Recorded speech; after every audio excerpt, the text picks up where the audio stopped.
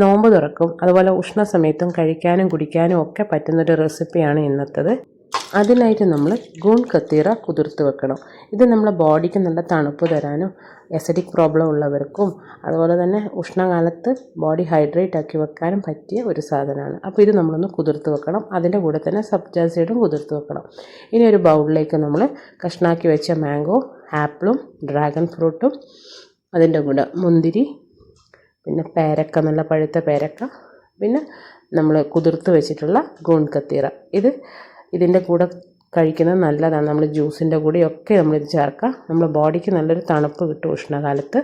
പിന്നെ അതുപോലെ acidic problems മെയിനായിട്ടുള്ളവർക്കും ഇത് രാവിലെ നമുക്ക് കലക്കിയിട്ട് കുടിക്കാവുന്നതാണ്. പിന്നെ ഇതിലേക്ക് നമ്മൾ സബ്ജ സീഡ് 2 സ്പൂൺ ചേർത്ത് കൊടുക്കുന്നുണ്ട്. പിന്നെ നമ്മൾ മധുരത്തിനായിട്ട് നമ്മൾ ജാഗരി സിറപ്പാണ് ഒഴിക്കുന്നത്.